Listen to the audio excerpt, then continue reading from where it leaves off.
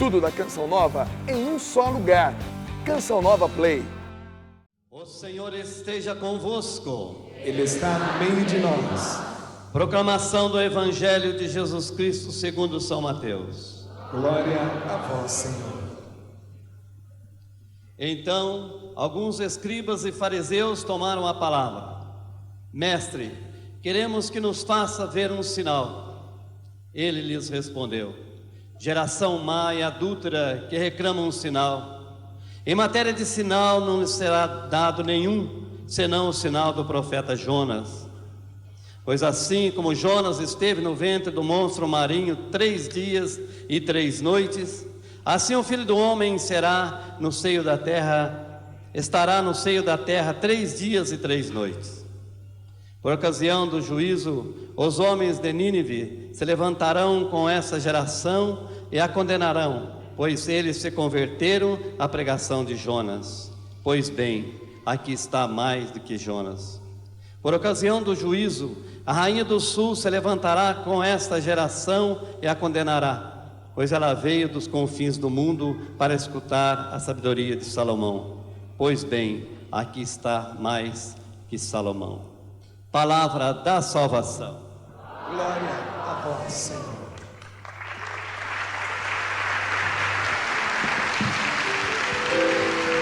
A todo homem que procede retamente, eu mostrarei a salvação que vem de Deus. Todos nós juntos. A todo homem que procede retamente, eu mostrarei a salvação que vem de Deus. Somente vocês, para colher a palavra. A todo homem que procede retamente,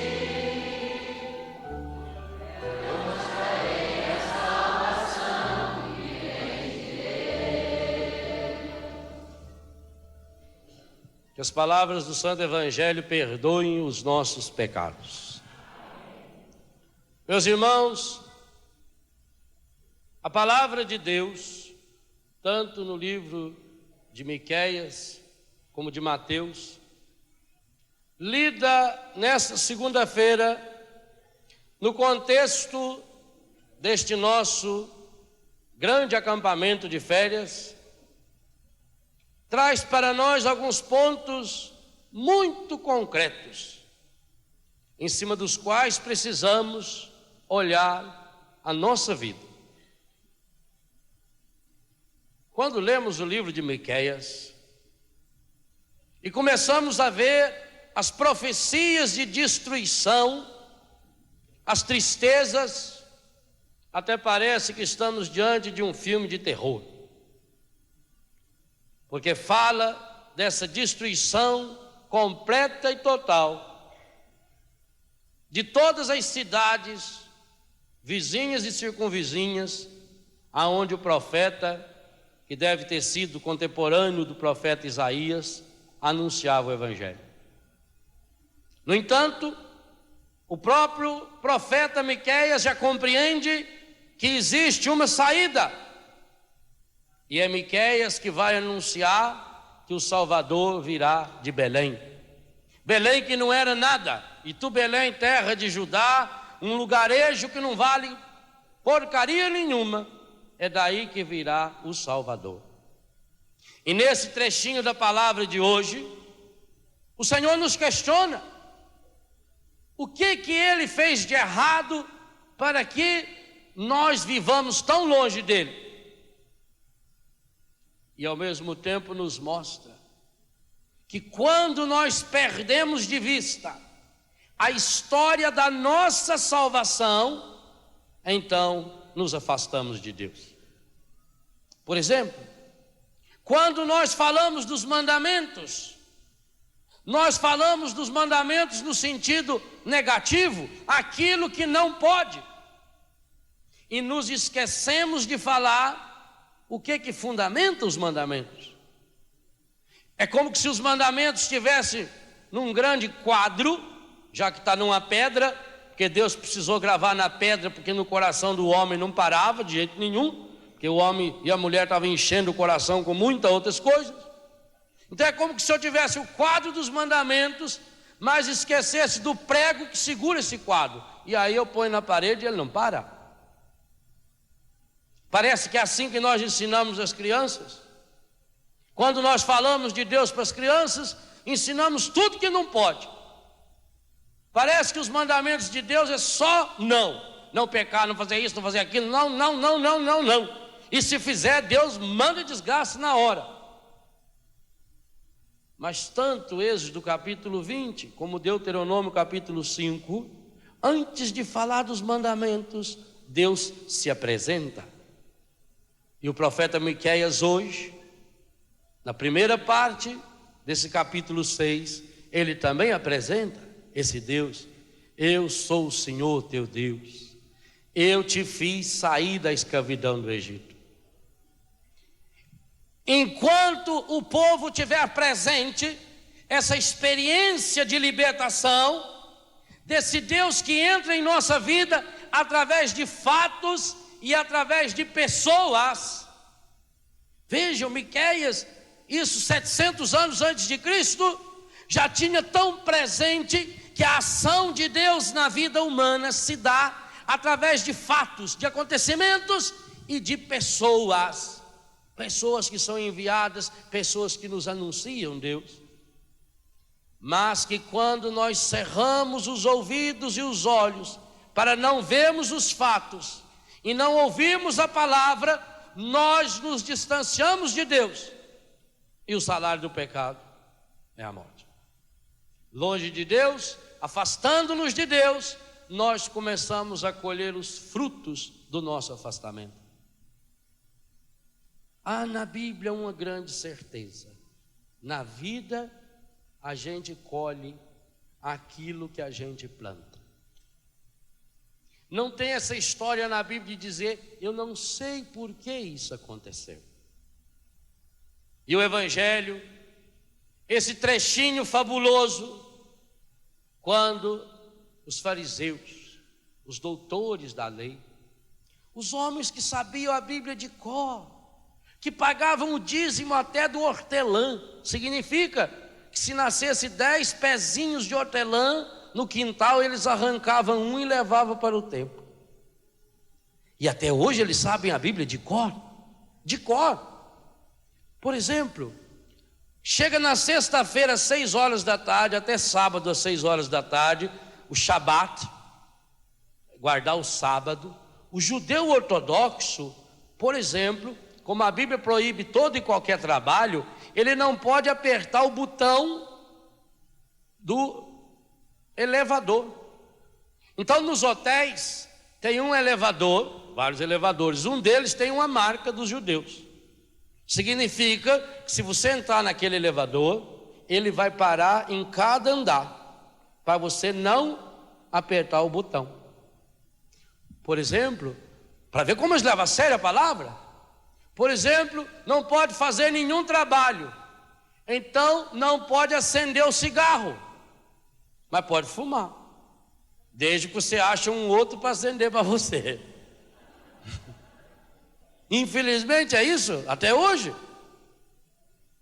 Quer dizer, o trabalho de fazer isso com o isqueiro eu não posso. Agora, se eu achar uma anta para acender o meu, aí eu posso. Então os judeus, doutores da lei, eles levavam ao pé da letra. E eles chegam para Jesus: nós queríamos que o Senhor nos fizesse algum milagre. Dá do Senhor fazer um milagrinho para nós? Quem sabe se o Senhor fizesse algum milagre, a gente ia se converter. E Jesus olha para eles e vai na raiz e diz: eu não vou fazer outro milagre. Vocês estão me pedindo sinais? Vai ter um único sinal. O sinal que foi dado pelo profeta Jonas. E qual foi o sinal de Jonas? A história de Jonas é muito bonita, porque Jonas era o profeta fujão. Quando Deus mandou ele ir pregar em Nínive, ele falou: o que eu vou? Aquele povo não vai converter coisa nenhuma, que lá é um bando de anta, meu Deus. E não vou.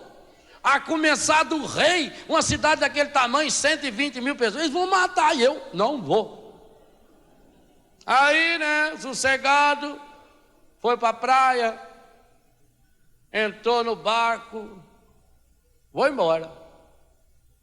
Aí começou a tempestade, e o barco chacoalhando, e ele dormindo, sossegado.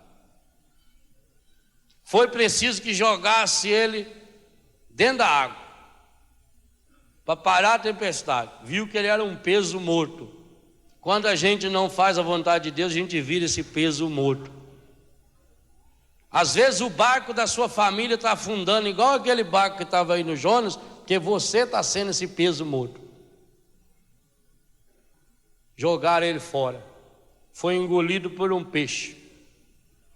E aí que vem uma coisa linda. Lá na barriga do peixe ele resolveu rezar. Lá de dentro ele rezou. Quem escutou para escrever, eu não sei. Mas aqui na Bíblia tem a reza dele, tem. Se foi o peixe que gravou, há controvérsia, não sei. Ou se tinha um cinegrafista e uma câmera dessa, eu estava junto lá. Não sei como é que foi. E em Jope o peixe vomitou ele. Ficou 3 dias e 3 noites. Aí ele falou, não tem jeito não. E foi pregar, e pregou. Dentro de 40 dias, Nínive será destruída. E o povo acreditou nele. E a começar do rei, todo mundo se vestiu de saco, de estopa, fazendo penitência, até os cachorrinhos punham saco nos cachorrinhos. O povo se converteu e Nínive não foi destruída. E Jonas entrou em deprê. Sentou embaixo da árvore, ficou lá. Também agora não prego mais. O Senhor mandou eu pregar que ia ser destruída e agora não foi. O grande sinal de Jonas, a conversão. E não foi esse o grande sinal de Jesus? Não foi essa a grande palavra de Jesus? Convertei-vos e crede no Evangelho. Mas, meus irmãos, nós ainda estamos pensando que essa conversão, quem sabe, seja para esses judeus, para os pagãos. Foi a cena de abertura do Concílio Vaticano II. Imaginem na Basílica de São Pedro, o eixo central da Basílica, aquela obra maravilhosa. Mais de 3.000 padres e bispos vestidos a caráter, como um bispo se vestia há 40 anos atrás.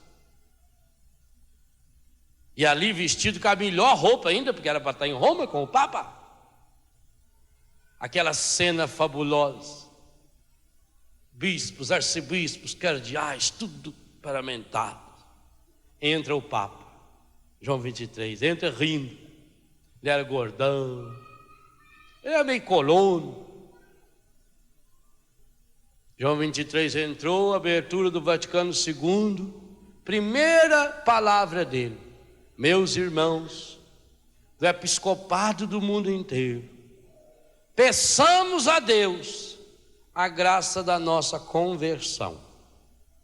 Quando ele falou isso, teve bispo que desmaiou.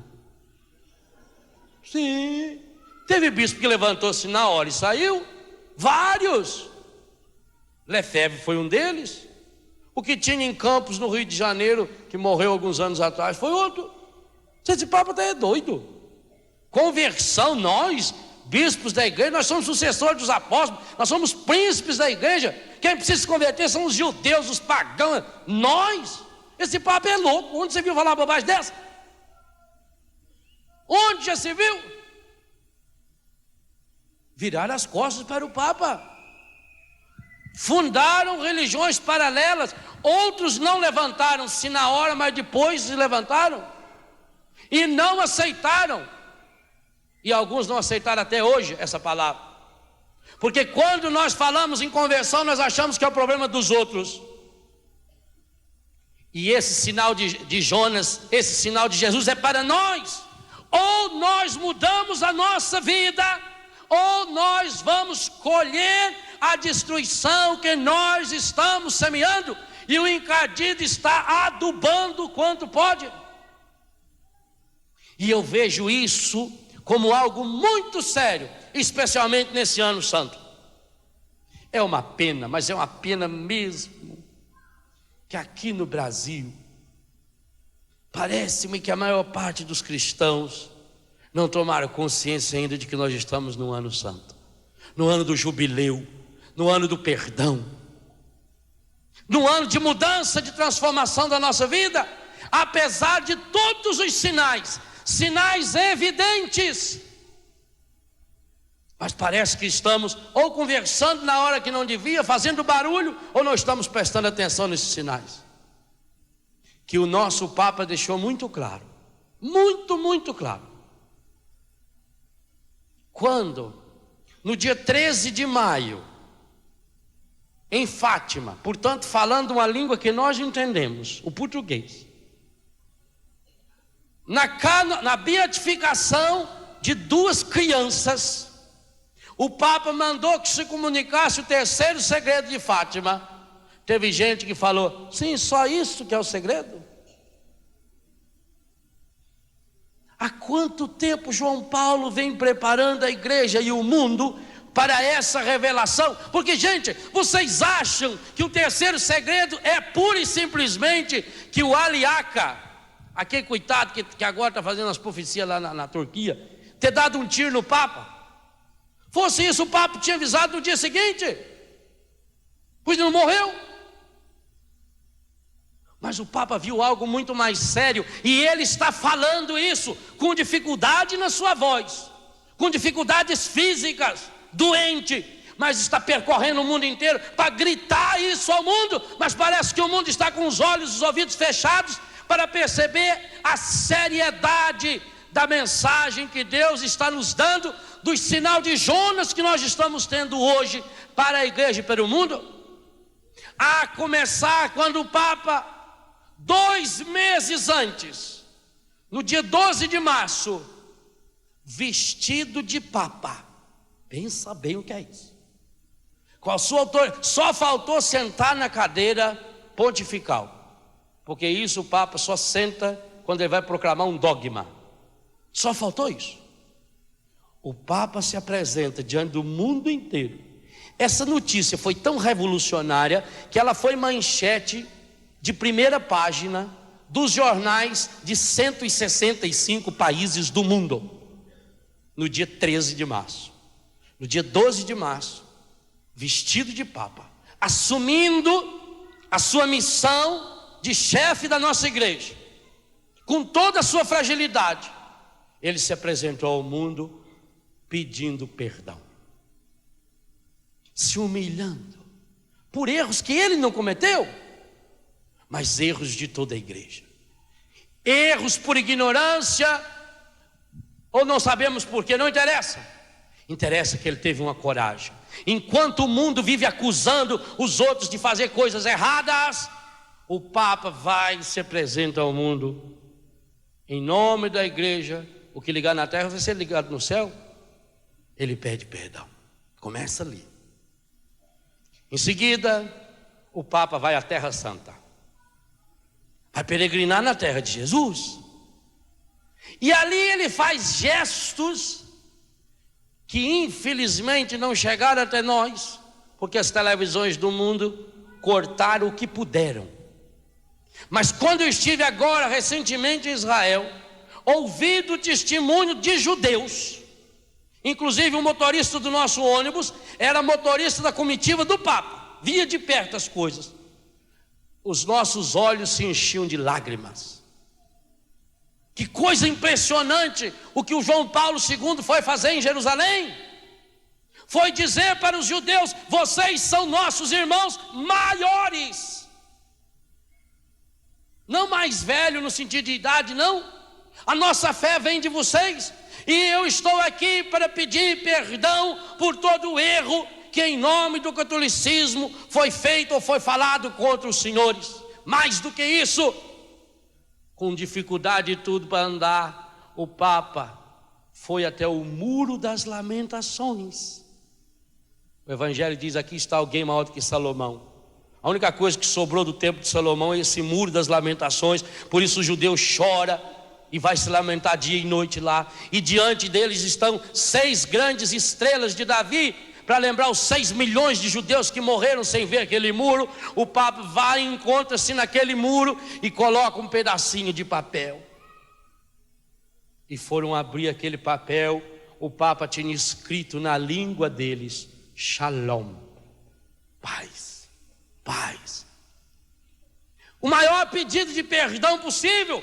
Não vai existir nesse século, e não sei se no próximo milênio, um gesto desse tamanho.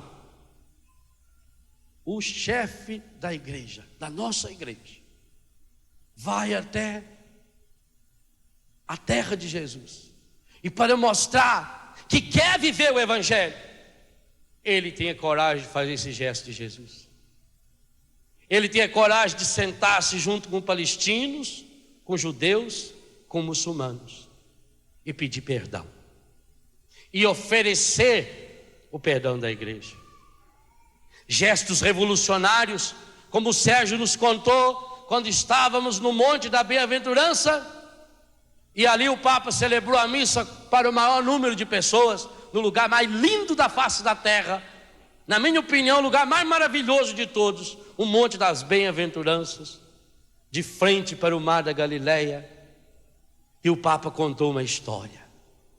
E a historinha que ele contou para os judeus: meus irmãos, eu era um padre novo, disse ele. E um dia chegou até mim uma senhora trazendo-me um menino para que eu batizasse esse menino. E eu perguntei a ela por que batizar o menino agora, já com uma idade avançada, um menino crescido, quando normalmente se batiza pequenininho. E ela me contou uma história. Ela disse: senhor padre, esse menino não é meu filho. Esse menino é filho de um casal de judeus. Um casal de judeus que foram condenados para o campo de concentração, em Auschwitz. E a mãe desse menino, antes de ser presa, ela me entregou o menino e me pediu, caso acontecesse alguma coisa, que eu educasse esse filho dela na fé. E agora, quando infelizmente ficamos sabendo que a mãe desse moleque morreu, então eu vim trazer ele para ser batizado. E o Papa, que era padre ainda, Karol Wojtyła, disse: nós não podemos batizar esse menino. Mas por que, padre? Por que esse preconceito? Só porque a mãe e o pai eram judeus? Ele disse: não, filha, não é preconceito. Quem fez o pedido para que a senhora educasse essa criança na fé? A mãe dele. Então, filha, na tradição judaica, quem passa a fé para o filho é a mãe. Obviamente, se aquela mãe fosse viva, ela iria educar esse filho na sua fé judaica. Então a senhora vai procurar o rabino, deu o nome, diga que falou comigo, que eu mandei, porque ele vai iniciar esse menino na fé. E a senhora continua católica. E ele disse: talvez aquela senhora saiu de lá triste comigo, pensando é um padre novo que não quer trabalhar. Mas eu digo a vocês, meus irmãos judeus, que já ali naquela época, como jovem padre, eu sentia a necessidade de a gente aprender a respeitar a religião do outro, aprender a respeitar a diferença do outro.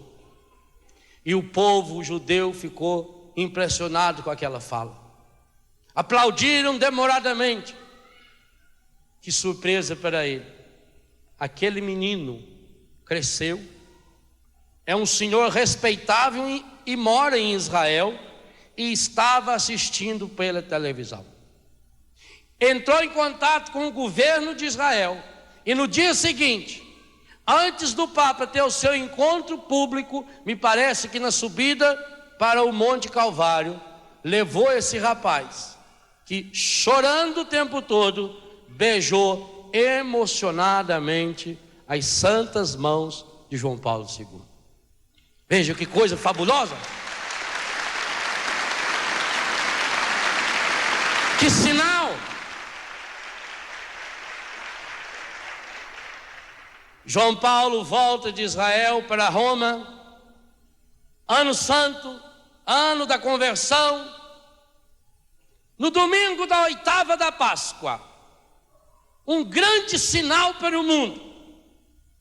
Na 8ª da Páscoa, nós sabemos, é para celebrar como se fosse o dia da Páscoa. O Papa decreta o dia da divina misericórdia. Não é da misericórdia divina, é mais, é divina misericórdia com letra maiúscula, D e M maiúsculos. Quase que um novo nome para a Santíssima Trindade, ensinando ao mundo que nós precisamos experimentar essa misericórdia de Deus e precisamos experimentá-la com urgência hoje. E apresenta para o mundo a primeira santa do ano da redenção, uma menina que com 20 anos de idade se consagrou, largou tudo para ir trabalhar numa congregação religiosa que cuidava de moças prostituídas, moças jogadas, mulheres marginalizadas. E essa menina que fez a linda experiência da misericórdia de Deus no coração de Jesus, que flui 2 grandes rios, azul e vermelho, água e sangue que jorram do coração de Jesus. Essa menina morre aos 33 anos de idade, a mesma idade de Jesus, anunciando ao mundo a divina misericórdia.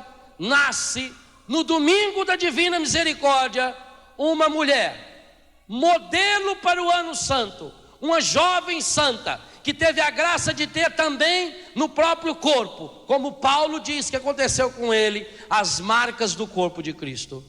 Ganha a igreja o grande modelo de santidade na nossa primeira santa do novo milênio, do ano santo da redenção, irmã Maria Faustina Kowalska, a grande apóstola da divina misericórdia. O Papa estava preparando esse terreno. Era o último domingo de abril, dia 30 de abril. Apresenta o pedido de perdão. Vai até Israel. Anda nos caminhos de Jesus. Sobe no Monte Calvário. Celebra na capela particular, que eu tive a graça de celebrar alguns dias depois, no mesmo lugar que ele celebrou. Naquela capelinha particular, celebra com o patriarca de Jerusalém. Anuncia para o mundo a nova santa, uma mulher de 33 anos, que como jovem teve coragem de dizer não a toda deformação, a toda prostituição, a todo processo de siliconização da mulher do final do século 20, e apresenta uma mulher que tem coragem de ser diferente, uma mulher que tem a coragem de ir além do físico, para mostrar que há um Deus misericordioso, que tem o coração voltado para nós. Essa revelação da Trindade Santa, que o Papa vem falando a cada quarta-feira, na sua alocução do Ângelus ao meio-dia, que começa às 10 horas da manhã.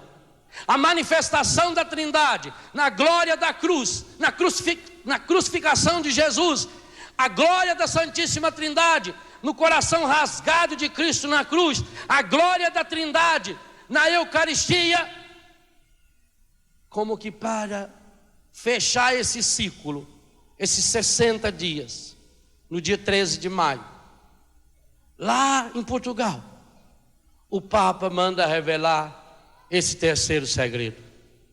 E eu vejo aqui, meus irmãos, um grande sinal. Esse grande sinal, esse grande apelo, esse grande convite de conversão, não é acidental. essa caminhada feita pelo Papa e convidando a igreja a fazê-la, nessa proclamação de um ano santo, de passar pela porta santa. E passar pela porta santa significa deixar para trás aquilo que não presta e lutar por uma sociedade nova, por uma igreja nova.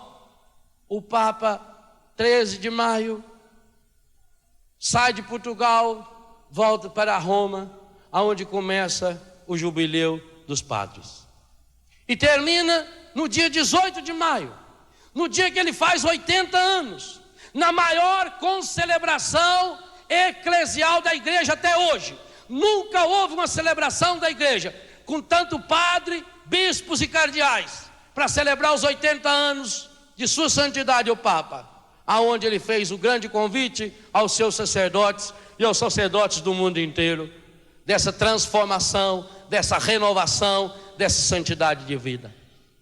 Portanto, meus irmãos, se lermos esses sinais, João Paulo está nos dizendo algo muito claro. Quem está com essa arma de fogo é o demônio. A arma de fogo simboliza o demônio, por quê? Assim como a serpente fica escondida no meio do mato, pronto para dar um bote, a pessoa com a arma de fogo podia estar escondida lá naquela árvore, lá atrás, de longe, e me atirar aqui e eu não viria.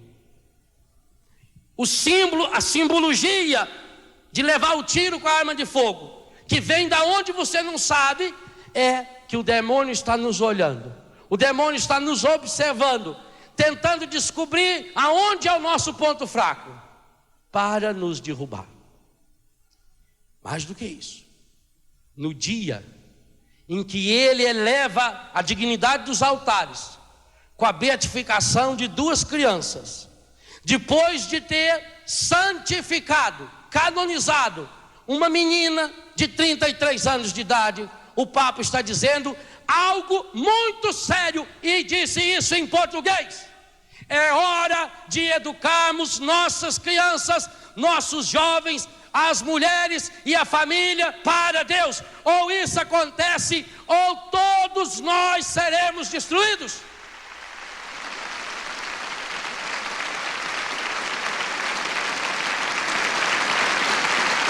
E esse é um grande sinal. E esse é um sinal muito sério. E não é o que nós vemos hoje. O encardido tem armas apontadas o tempo todo contra a família, de modo especial contra as crianças e contra as mulheres. Vejam os filmes e programas de televisão, os desenhos animados, porque hoje estamos criando essa raça de criança rebelde, que eu falava hoje de manhã, que corre para um lado e para o outro e conversa o tempo todo durante a celebração. Crianças que não obedecem os seus pais, crianças rebeldes. É um sinal profético, inclusive, do Novo Testamento. Um sinal do anticristo. Filhos rebeldes, que se revoltam contra os seus pais, que não obedecem mais. Jovens que vão se rebelando, porque como crianças que fazem o que querem, o que bem entendem, criados soltos. Por quê? Porque para dar ordem, para colocar limite, tem que ter presença, tem que ter amor. E infelizmente a maioria dos pais não tem mais tempo para isso, porque estão tão ocupados em deixar uma herança para o filho, em deixar a melhor roupa, o melhor sapato, que esquecem que precisa dar amor. A única herança que o encardido não pode tirar, única, o resto ele tira tudo.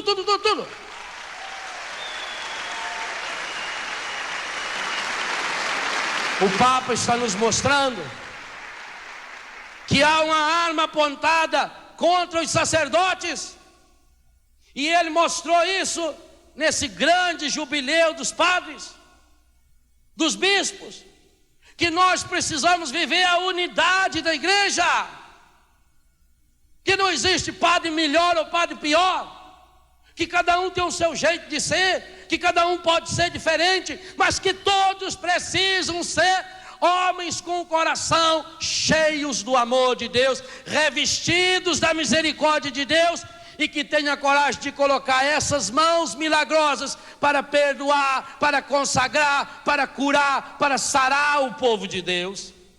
É a igreja que precisa desta nova evangelização, dessa restauração. E isso, meu irmão e minha irmã, isso não é fácil. Não é fácil. É fácil ser padre? Não, no Brasil tem 15 mil padres, quase 7 mil ex-padres. Não é fácil. Começar alguma coisa é muito fácil, difícil é perseverar. Mas só quem perseverar até o fim será salvo. É difícil viver a santidade do matrimônio? É fácil viver a santidade do matrimônio? Claro que não. É fácil viver como um jovem que tem coragem de dizer não a toda essa prostituição, pornografia, drogas, violência? Não, não é fácil. E digo mais, sem a força do Espírito Santo, nós vamos cair. Quando o Papa disse que foi Nossa Senhora que puxou a bala, e por isso ele pegou aquela bala e entregou para o bispo de Fátima, e o bispo mandou fincar a bala que atingiu o Papa na coroa de Nossa Senhora. Na hora eu me lembrei daquele texto que eu falei hoje de manhã para vocês, de Apocalipse 12, da mulher revestida de sol, e o acusador que está ali dia e noite nos acusando, nos afastando. Meus irmãos, o encardido está nos enganando, e você está deixando ele entrar dentro da sua casa, através dessas novelas prostituidoras, desses filmes que destroem, desses programas de televisão que precisa mostrar sempre a mulher pelada. Ou como é que faz para fazer o povo rir? Mostrando a desgraça dos outros, humilhando pessoas, essas pegadinhas que fazem por aí, essas cacetadas. Como é gostoso você rir do tombo que o outro caiu. É porque o outro não é seu pai, sua mãe, seu filho, que está lá machucado, que se fosse, você saía correndo para levantar. Vai criando uma insensibilidade. E quem ri com isso, está participando dessa premonição demoníaca que está por trás de tudo isso. É aí que vai tirando a nossa sensibilidade com o sofrimento dos outros. Quem me dane que o outro está sofrendo? Eu quero saber de dar risada, é de sentar no sofá da minha sala e ficar rindo com as vídeos cacetadas, com as câmeras escondidas que mostra a pessoa caindo, a pessoa está dançando e cai e passa por uma vergonha, e a gente morre de rir porque isso é engraçado, porque é com os outros, não é com você. Alguma vez você, carismático, que diz que tem o dom de cura, rezou pela cura interior daquela pessoa que passou aquela humilhação? E depois diz: eu não sei porquê, padre, as coisas não vão bem na minha vida. Eu sei. Nós precisamos desse sinal. E a canção nova está sendo muito profética, muito corajosa. Muito corajosa. Está dando passos que humanamente não poderia dar. E cada vez que a canção nova dá um passo, Deus vem com 10 passos para frente. Cada vez. Vamos fazer uma campanha para pagar a geradora. O projeto Dar-me Almas era muito dinheiro, minha nossa, arrumar 300 mil por mês. E hoje, do dia 15 de agosto, coincidência, dia de Nossa Senhora, Deus está entregando 6 milhões de pessoas para serem evangelizadas pelo canal UHF 59 em São Paulo, a maior cidade da América Latina. Deus está dando sinais. E se cada um de nós tivermos a coragem de entrar nessa luta, meus irmãos, sabe, cada um precisa, sabe o quê? Gravar esses 2 versículos desse acampamento, mas gravar lá no fundo do coração, abraçar o bem, grudar-se com o bem e apartar-se do mal. O demônio quer que você fique olhando para suas qualidades defeituosas. Ah, porque eu sou isso, eu sou fraco. Ah, porque eu tenho problema. Ah, quando eu conseguir resolver isso, aí eu vou fazer uma doação. Se cada um de nós tivemos a coragem, meus irmãos, de investirmos naquilo que é de Deus. Aquilo que não é dele desaparece. Aquilo que não é de Deus vai cair por terra. Mas é preciso perceber esse sinal. Quais os sinais que Deus está dando na nossa vida? Agora, quais os sinais que nós estamos deixando entrar dentro da nossa casa? Pensa. Eu vivo com jovens dependentes de droga, dependentes de álcool, de maconha. Mas o que mais me entristece é ver famílias dependentes de novela. Porque é muito pior do que a cocaína, muito pior do que a AIDS. A AIDS pode matar meu corpo, mas todo mundo vai morrer mesmo. Mas uma novela dessa mata o espírito, e mata o espírito de uma porção de gente, porque vai semeando a discórdia, a imoralidade. Olha essa novela, aonde dentro da sua casa, uma mãe transa com um homem, que depois vai transar com a própria filha dela. É isso que é o laço da família. Aonde o modelo de moça vai ser uma prostituta, e essa moça vai ter leucemia, a mais novinha da novela. E a mãe então vai fazer o sacrifício de tentar achar o pai da menina, para fazer um outro filho, para tirar a medula, para fazer transplante.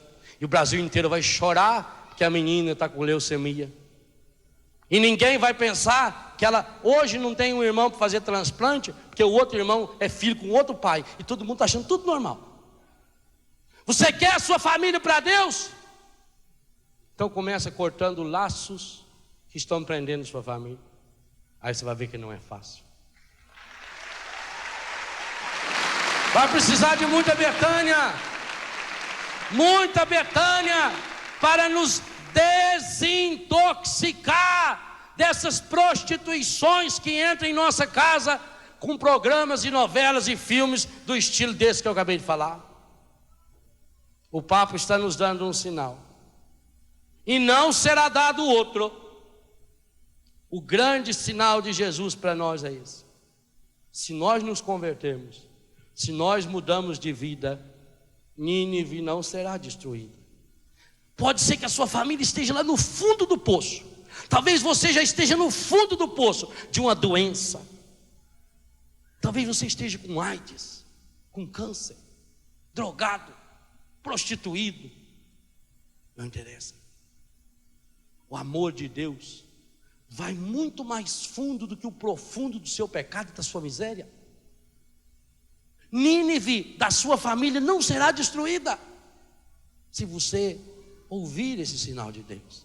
Se eu tiver coragem de ouvir esse sinal de Deus, que me convida à conversão, a minha comunidade não será destruída, a minha família não será destruída.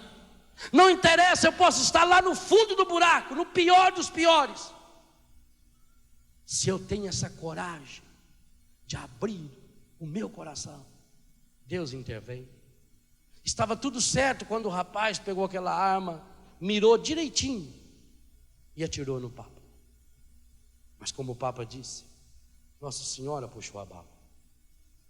Eu tenho absoluta certeza que Nossa Senhora também está com a mão em frente da porta da sua casa. Muitas e muitas vezes a Nossa Senhora está com a mão no controle remoto da sua televisão, e você arranca da mão dela, porque está viciado no pecado, porque está se apegando ao mal, e não está se enchendo desse bem de Deus. Abraçar o bem, apegar ao bem, grudar-se com esse bem de Deus, deixar-se encher pelo Espírito de Deus, e ter a coragem de dizer não, a coragem de renunciar pública e explicitamente às falsas religiões, a essas doutrinas todas que falam da reencarnação, de poder da mente, de horóscopo e tantas e tantas e tantas coisas, artimanhas que o encardido usa para nos contaminar. Hoje, nessa segunda-feira, mais uma vez, você é chamado a renovar as promessas do seu batismo. Oração de libertação significa isso. no poder de Deus, o sacerdote manda embora o inimigo, mas você precisa conscientemente dizer: eu não quero mais deixar me dominar. Que coisa linda quando no carnaval aqui e depois em tantos lugares do Brasil, nesta hora as pessoas jovens saíram do lugar e jogaram em cima do palco camisinha, maço de cigarro, droga, revistas pornográficas. É isso que precisa acontecer, meu irmão. O que você precisa jogar fora da sua casa? O que você precisa jogar fora da sua vida? O que você precisa jogar fora do seu coração?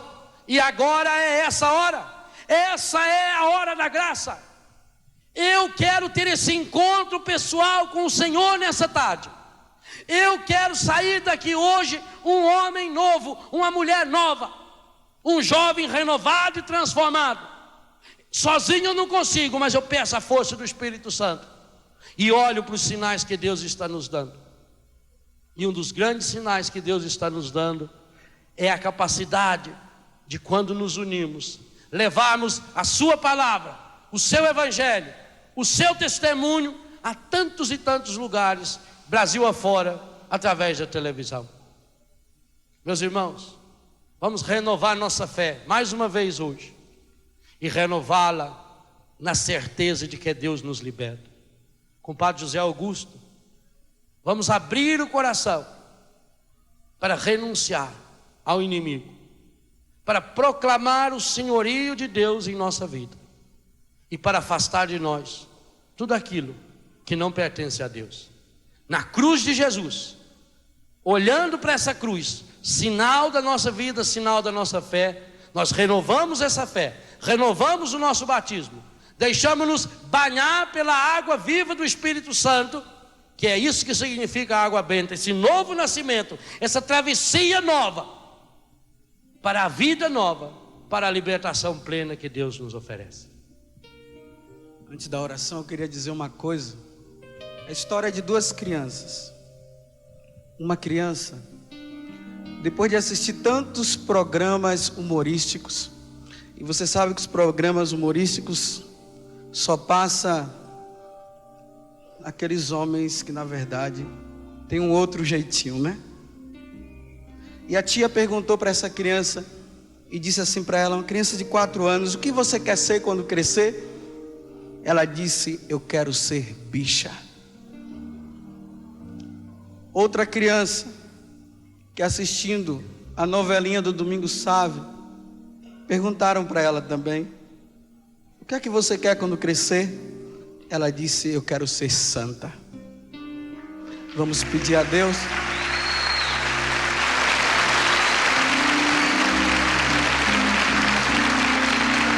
Vamos pedir a Deus que realmente nesse momento Ele nos liberte. Vamos ficar de pé. Quem trouxe a água para ser abençoada, pode colocar, apresentar. Você que está em casa, você que está querendo que seu filho seja santo, apresenta, mostra a água agora, porque Deus quer nesse momento abençoar a água. E dê a água para o seu filho, para ele dizer um dia: eu quero ser santo. E pelo amor de Deus, diante de tudo que você ouviu nessa pregação, o que você quer para o seu filho? Que ele seja bicha ou que ele seja santo? E no nome de Jesus, eu já estou expulsando no nome de Jesus toda a ação do inimigo que vive acorretando os filhos de Deus da mentira, das novelas que vivem atrapalhando os filhos de Deus e todos os filhos. Apresenta a tua água, porque eu vou abençoar esta água, que é a água da santificação, é a água da libertação. Senhor Deus Todo-Poderoso, fonte e origem de toda a vida, abençoai esta água, que vamos usar confiantes para implorar o perdão dos nossos pecados e alcançar a proteção da vossa graça contra toda doença e cilada do inimigo. Concedei, ó Deus, que por vossa misericórdia jorrem sempre para nós as águas da salvação, para que possamos nos aproximar de vós com o coração puro e evitar todo o perigo do corpo e da alma, por Cristo nosso Senhor. Vamos responder com firmeza, amém. Amém. E eu peço agora que São Miguel Arcanjo e Nossa Senhora de Fátima esteja aqui, expulsando toda a ação do demônio que nos engana e que não quer nos ver no céu. Por isso eu proclamo no nome de Jesus: nós te exorcizamos, quem quer que sejas, espírito imundo e poder satânico, horda do inimigo de Deus, horda do inimigo infernal, legião, assembleia ou seita diabólica, em nome e pelo poder de Jesus Cristo nosso Senhor, ser extirpado e expulso da igreja de Deus, das almas criadas à imagem de Deus e resgatadas pelo sangue do Cordeiro Divino. Você que acompanha pela rádio, quando você ouvir o sino, faz o sinal da cruz sobre o teu corpo. Não ouses mais, pérfida serpente, enganar o gênero humano, perseguir a igreja de Deus, atormentar e joerar como o trigo os eleitos de Deus. Ordena-te o Deus Altíssimo, a quem tua grande soberba pretendes ainda te igualar, o qual quer que todos os homens se salvem e cheguem ao conhecimento da verdade. Ordena-te, Deus Pai. Ordena-te, Deus Filho. Ordena-te, Deus Espírito Santo. Ordena-te a majestade de Cristo, Verbo eterno de Deus feito carne, que para salvar nossa humanidade perdida por teu ódio, se humilhou a si mesmo, fazendo-se obediente até a morte, edificou a igreja sobre a rocha firme e decretou que as portas do inferno nunca prevalecerão contra ela, porque permanecerá com ela todos os dias, até a consumação dos séculos. Ordena-te a virtude oculta da cruz e o poder de todos os mistérios da fé cristã. Ordena-te a gloriosa Virgem Maria, Mãe de Deus, que em sua humildade esmagou desde o primeiro instante de sua conceição imaculada tua cabeça cheia de soberba.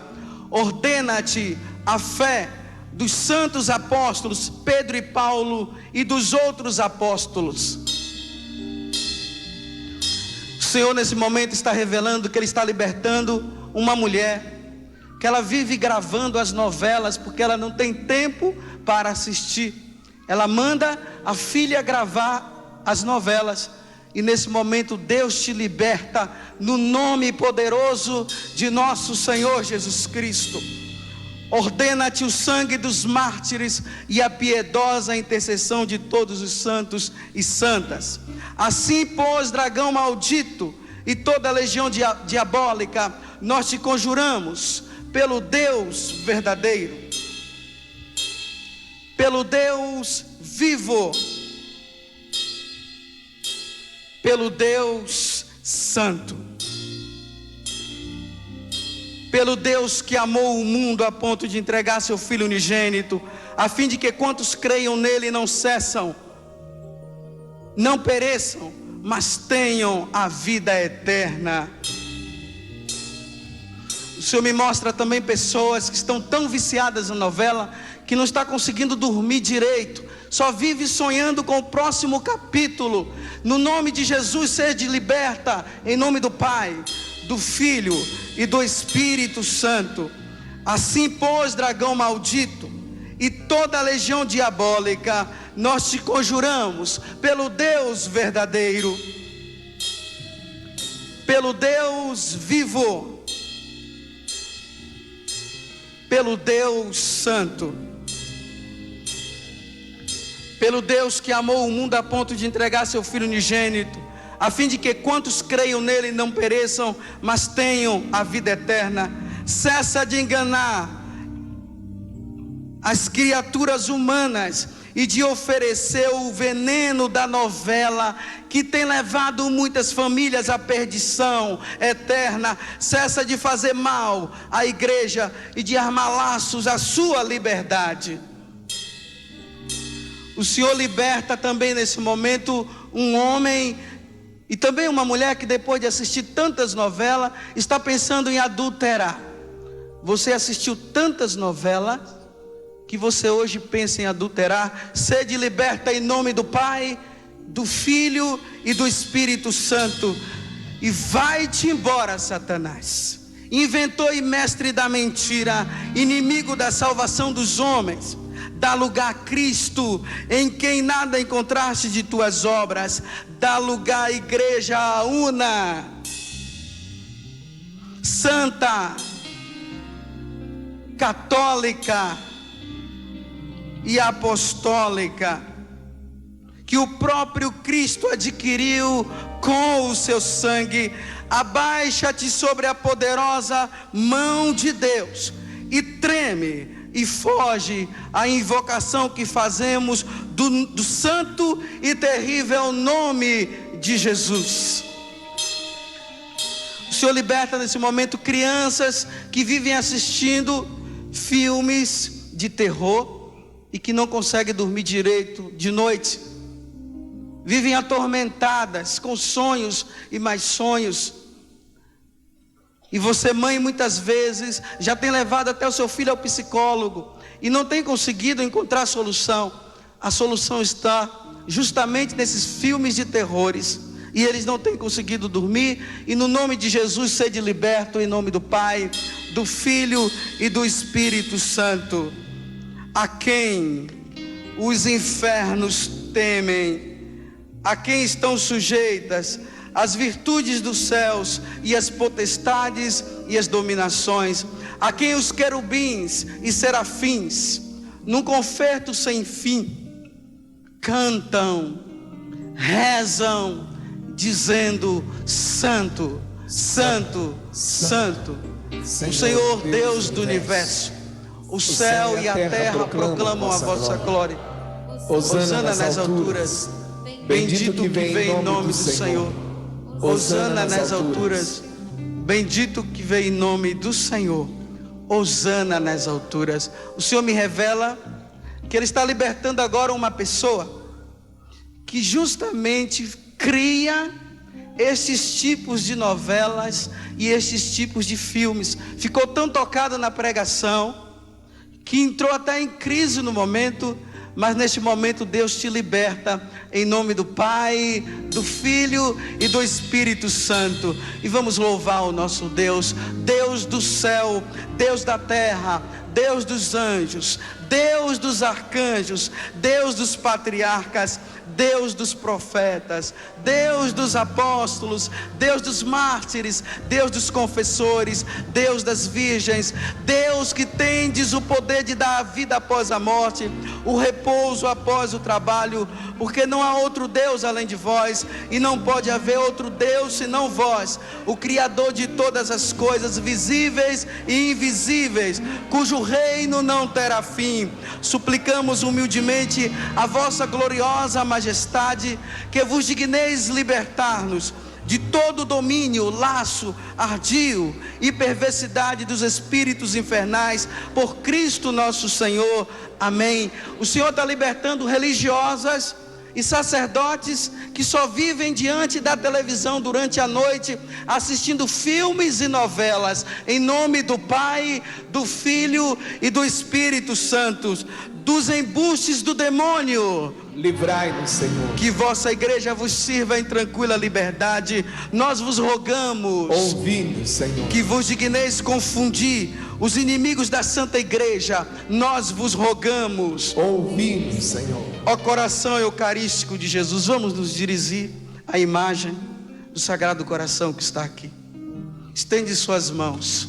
Você que está em casa, que vai aparecer na tela da televisão agora, você estende também, porque o coração amoroso de Jesus agora está nos libertando, está expulsando de nós toda a ação do inimigo. Ó coração eucarístico de Jesus, por aquela chama de amor, no qual ardeste no momento solene, no qual vos dáveis todos a nós na Santíssima Eucaristia, humildemente vos suplicamos que vos digneis livrar-nos poderosamente e guardar-nos incólumes de todo o poder, laço, engano e malvadez dos espíritos infernais. Assim seja.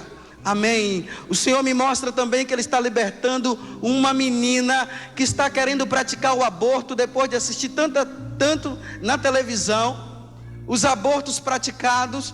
Você infelizmente caiu nessa, teve uma relação sexual e você descobriu que você está grávida. O seu namorado tem insistido para você abortar e você já está até com dinheiro na mão para comprar. Mas nesse momento da pregação, nesse momento da oração, Deus está libertando não somente você, mas muitas pessoas, em nome do Pai, do Filho e do Espírito Santo.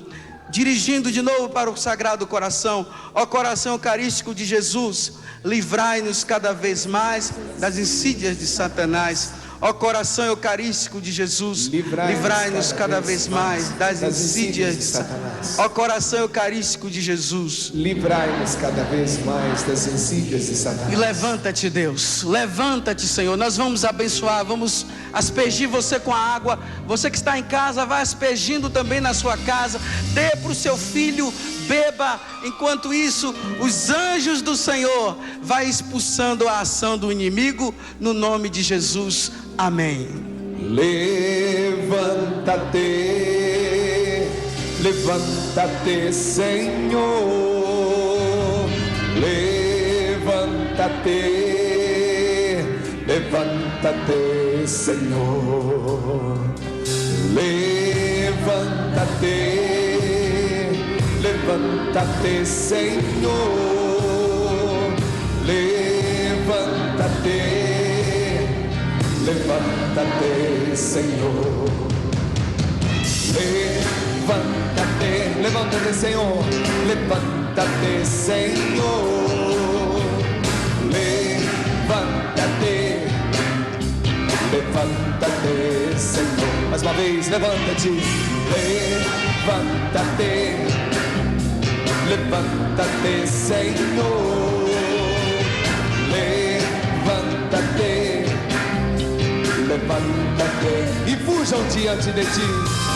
Fujam diante de ti, seus inimigos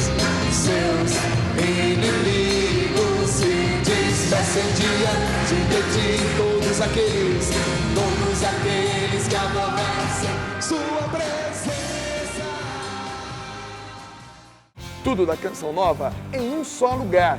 Canção Nova Play.